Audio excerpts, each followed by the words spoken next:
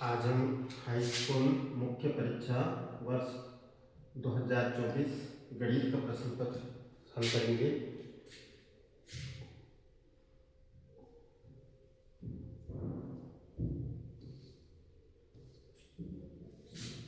पहला प्रश्न है हमारे पास, सही विकल्प चुनकर लिखना है हमें। इसमें पहला प्रश्न दिया है, द्विघात बहुपद ax² + bx + c बराबर 0 का आलेख का प्रकार होता है।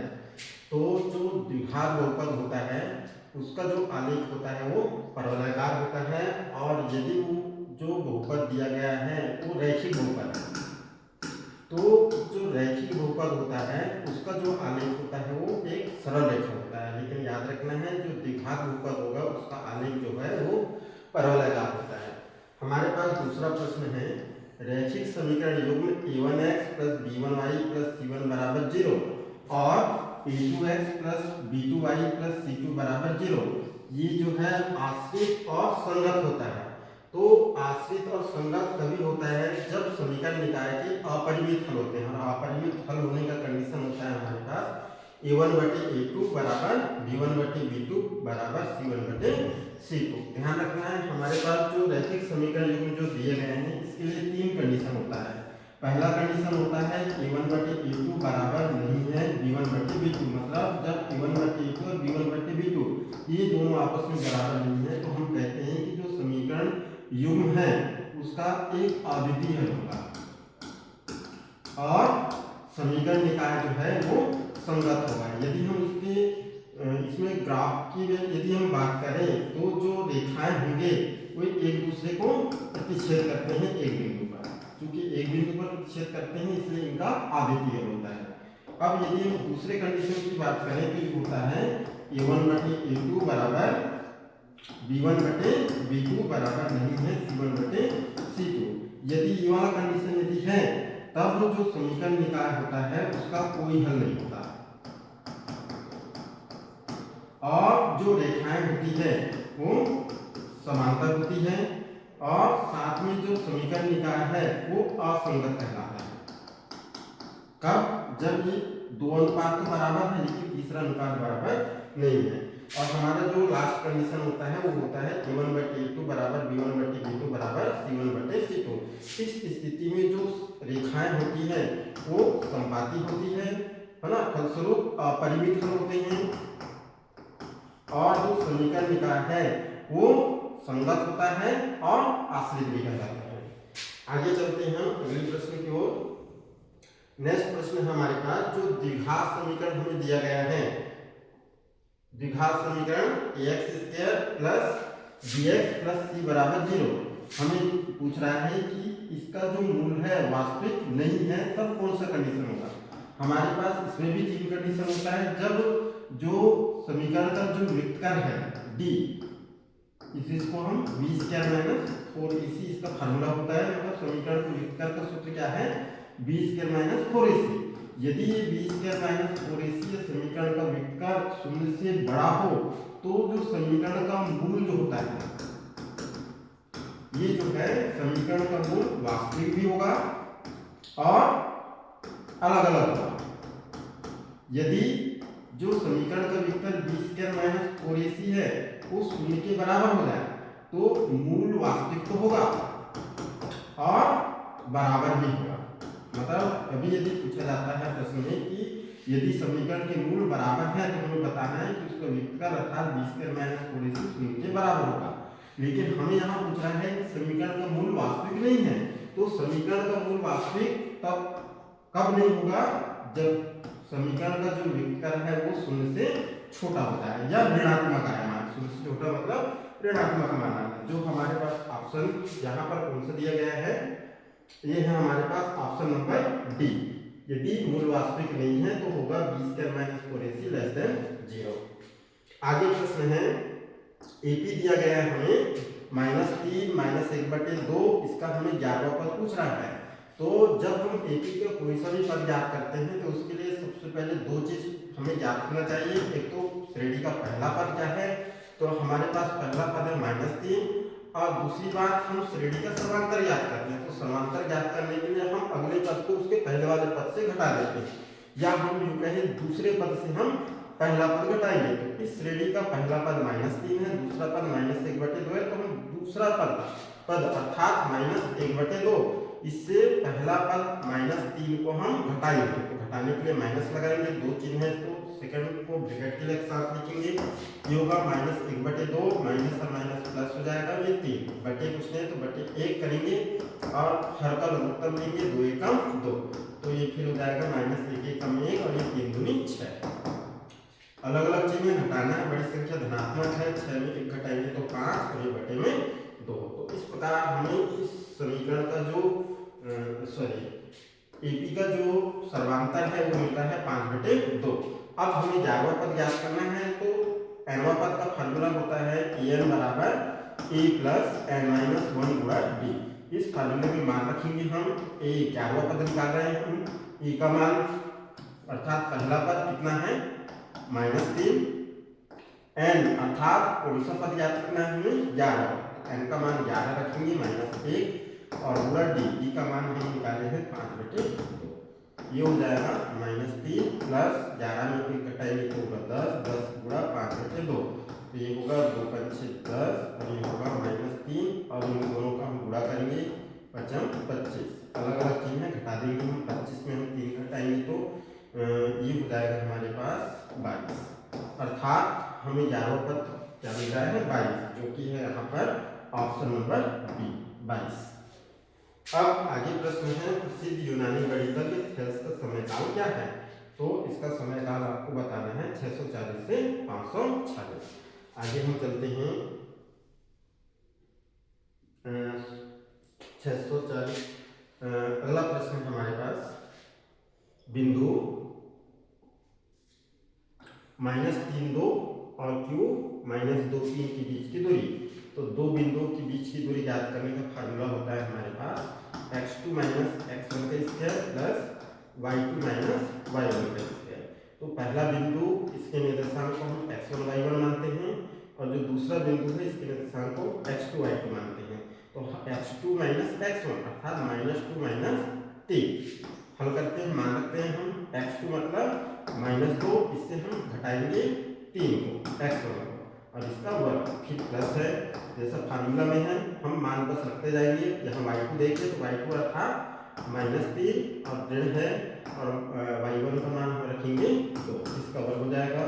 आगे हम हल करेंगे तो -2 और -3 जुड़ जाएंगे, एक जैसे चिन्ह है -5 का वर्ग हो जाएगा, प्लस दोनों ऋणात्मक है ऋण में आएगा जुड़ जाएगा 3 2 5 इसका वर्ग। आगे हम करते हैं -5 का वर्ग 25 और इसका भी वर्ग 25, टोटल हो गया हमारे पास 50। अब 50 के यदि हम गुणनखंड ज्ञात करते हैं तो ये होगा 2 से भाग जाएगा, 2 से डिवाइड करें हम तो 2 दूनी 4, 1 बचा 10, ये होगा 2 पंचे 10, फिर 5 से विभाजित होगा 5 में 25, 5 एकम 5। हम देखते हैं वर्गमूल लेंगे तो यहाँ पर 5 का जोड़ा बन रहा है, 5 बाहर आ जाएगा और 2 अकेला है, वर्गमूल चिन्ह के अंदर रहेगा, तो ये 5 वर्गमूल 2 हो गया। हम देखते हैं ये ऑप्शन कहीं पर भी नहीं है, तब हम जो √2 आ रहा है इसका मान रखेंगे 1.414 लगभग मान लीजिए। अब हम पूरा कर लेते हैं, 5 चौक 20, 2 बचा, 5 एकम 5, 5 2 7, फिर 5 चौक 20, 2 बचेगा, फिर 5 एकम 5, 5 2 7, 3 अंक पहले दशमलव है, 3 अंक पहले दशमलव लगा देंगे। अब लास्ट में 0 है तो हम छोड़ सकते हैं, ये हो जाएगा 7.07 लगभग मान, जो कि है हमारे पास ऑप्शन नंबर बी 7.07 लगभग इन दोनों बिंदुओं के बीच की दूरी है। अब हम आगे हल करेंगे, आगे है रिक्त स्थान की पूर्ति करने के लिए बोला जा रहा है प्रश्न में। तो हमारे पास पहला प्रश्न है √3 एक खाली स्थान संख्या है। तो इसमें ध्यान देना है जनरली जो संख्या रूप में आता है कर्णीय चिन्ह के साथ आता है वो अपरिमेय संख्या होता है। ये संख्या होगी अपरिमेय संख्या, ठीक है। यदि रूट के अंदर आने वाली संख्या यदि पूर्ण वर्ग हो, उस कंडीशन को यदि छोड़ दिया जाए तो रूट में आने वाली संख्या को हम सामान्यतः क्या मानकर चलेंगे, अपरिमेय संख्या मानकर चलेंगे। अगला प्रश्न है चर x के बहुपद px में x की उच्चतम घात खाली स्थान कहलाती है। तो जो बहुपद है उसमें जो चर की जो बड़ी घात होती है, उच्चतम घात होती है, उसे हम बहुपद की घात कहेंगे। क्या कहेंगे? बहुपद की घात। आगे है द्विघाती समीकरण x square plus b x plus c बराबर 0 को हल करने हेतु द्विघाती सूत्र क्या है? तो इसमें सूत्र होगा एक्स बराबर minus b plus minus under root b square minus 4ac बटे 2a। अब समांतर श्रेणी है हमारे पास 7, 13, 19 से 205 तक। इसमें पदों की संख्या कितनी है? तो जैसा हम पहले देख चुके हैं, हम समांतर श्रेणी में कोई से भी पद या पदों की संख्या पता करना है तो सबसे पहले तो हमें पहला पद लिखना होता है। पहला पद हमें दिया है इस समांतर श्रेणी में, पहला पद है -7 और तो यहाँ 7 लिखेंगे और डी का मान निकालना है। डी अर्थात सर्वांतर, जो दूसरे से हम पहला घटा देंगे। तो दूसरा पद 13, इसमें से हम घटाएंगे 7। तो 13 में यदि हम 7 घटाते हैं तो हमें कितना मिलेगा? 6। अब हमें चूंकि पदों की संख्या पता करना है, हम यहाँ nवां पद का ही अनुमान लगाएंगे। हमें यहाँ पर लास्ट पद दिया है, या nवां पद कह सकते हैं, अंतिम पद कह सकते हैं, an बराबर 205।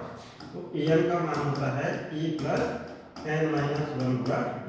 यहाँ पर हम an का मान रखते हैं, an का मान है हमारे पास 205। ए का मान कितना दिया है? 7 प्लस n नहीं पता हमें। b का मान हम रखेंगे, कितना निकालें हम? 6। हल करते हैं हम, 7 का पक्षांतर करें तो 205 माइनस 7 बराबर n माइनस 1 पूरा है यहाँ 6। घटाते हैं हम 205 में 7 हम घटा देंगे, 15 में हम 7 घटाते हैं तो ये हो जाएगा हमारे पास 8 और ये बचा हमारे पास 9 और ये बचा है हमारे पास 1। अब बटे में 6 आ जाएगा क्योंकि गुणा में है, गुणा का पक्षांतर भाग में होता है। यहाँ बचेगा n-1। 6 से हम डिवाइड करेंगे इसको, 6 12 6 दिया 18, फिर से 1 बचा 6 3 18, यह है 33 माइनस 1 का पक्षांतर प्लस 1 बराबर n। 33 में हम 1 जोड़ देंगे तो हो जाएगा 34। तो इस प्रकार जो n का मान आ रहा है हमारे पास वो है 34, अर्थात यहाँ पर टोटल 34 पद होंगे। अगला प्रश्न है सभी खलिष्ठान त्रिभुज समरूप होते हैं, तो हमें बताना है सभी समबाहु त्रिभुज समरूप होते हैं। इस प्रकार के त्रिभुज समबाहु जो त्रिभुज होते हैं वो समरूप त्रिभुज होते हैं। फिर है त्रिज्या r वाले वृत्त के एक त्रिज्याखंड जिसका कोण अंशों में थीटा है के संगत चाप की लंबाई क्या होगा? तो चाप की लंबाई का सूत्र होगा थीटा बटे 360 और गुणा 2πr। ठीक है। और यदि हमें त्रिज्याखंड का क्षेत्रफल पूछा जाता है तो त्रिज्याखंड का क्षेत्रफल होता है थीटा बटे 360 और ये होगा πr²।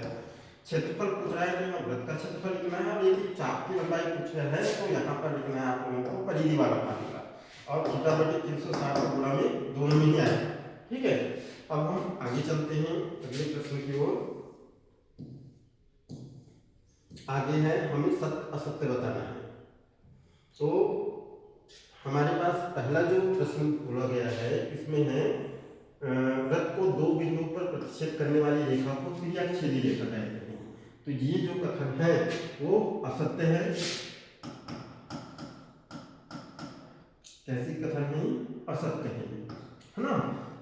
दो बिंदुओं पर यदि प्रतिच्छेद करती है कोई रेखा वृत्त को तो हम उसको छेदक रेखा कहते हैं, और यदि एक बिंदु पर प्रतिच्छेद करती है तो हम उसको स्पर्श रेखा कहते हैं, त्रिअक्षीय रेखा नहीं करते।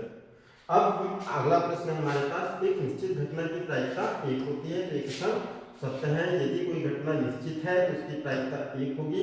यदि कोई घटना घटित नहीं हो सकती अर्थात कोई असंभव घटना है तो उसकी प्रायिकता 0 होती है।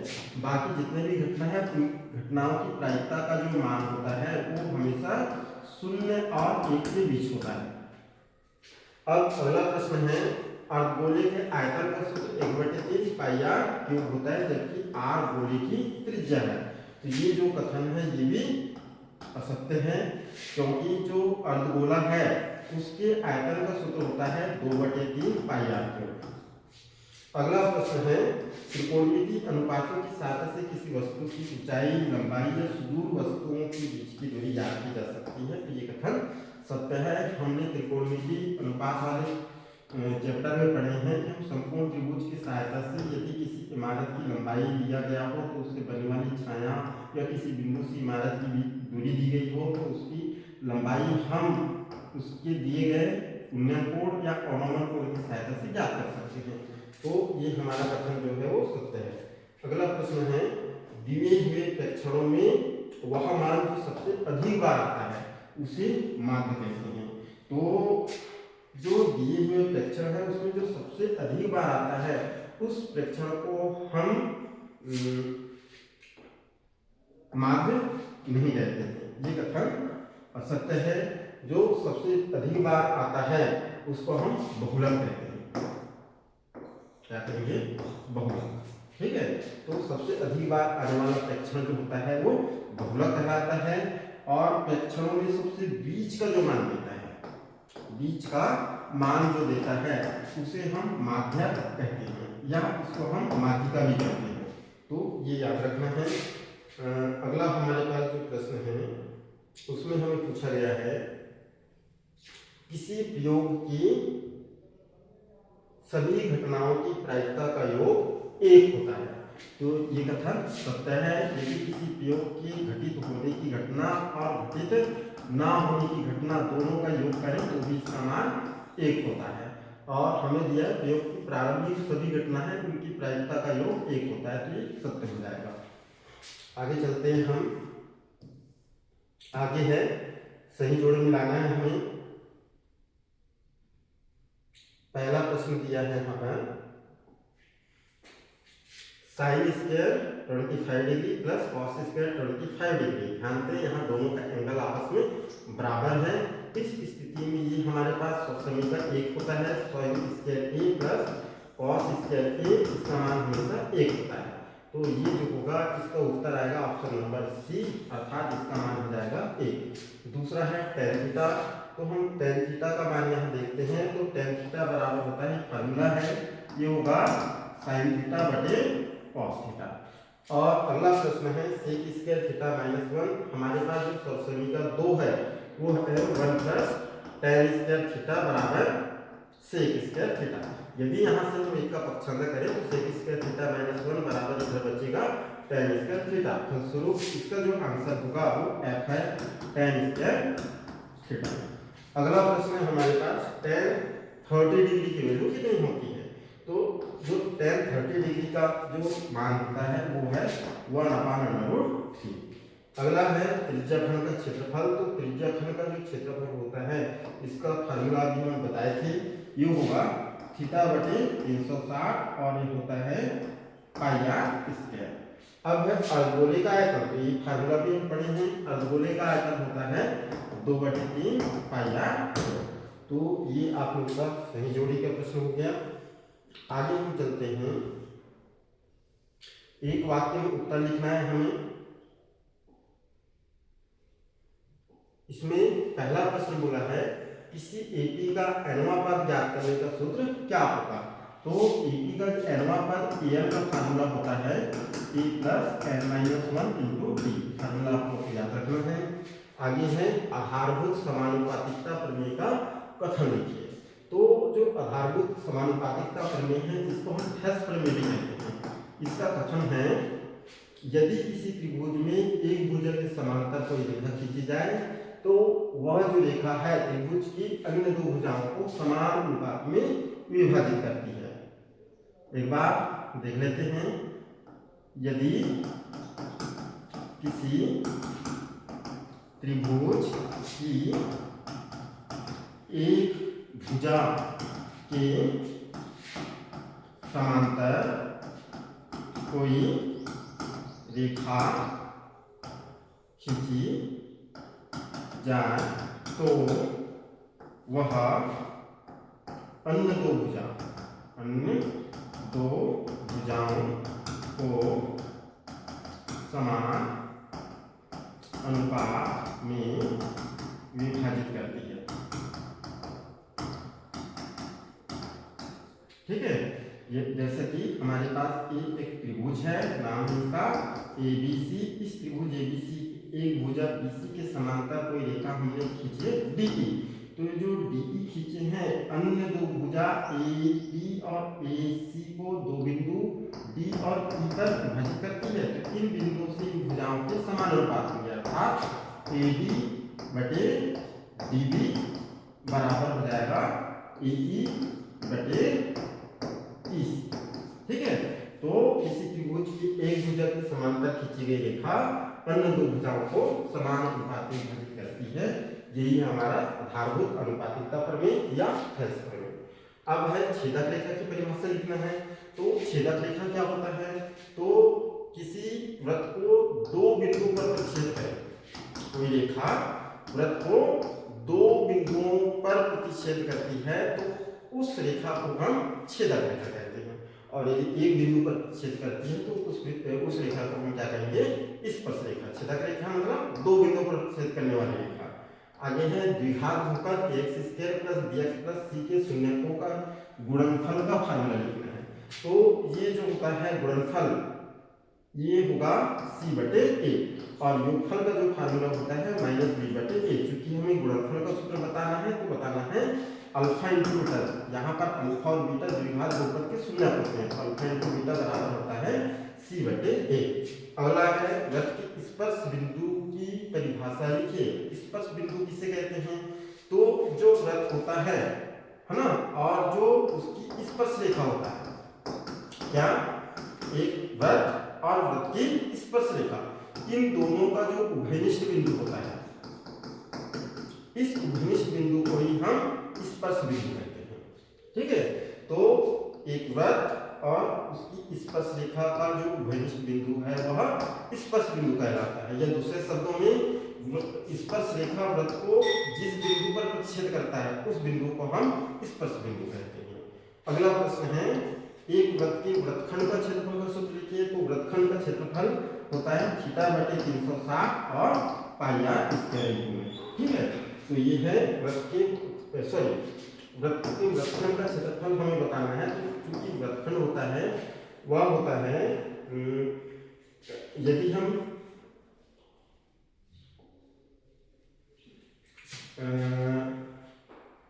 यदि हम एक वृत्त लें, इस वृत्त का केंद्र O है, इस केंद्र और ये संगत जीवा लें।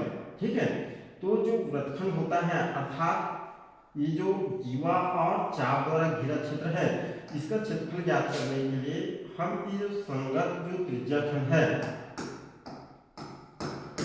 संगत त्रिज्याखंड का क्षेत्रफल, इसमें से जो ये त्रिभुज बन रहा है इस त्रिभुज के क्षेत्रफल को माइनस कर दो।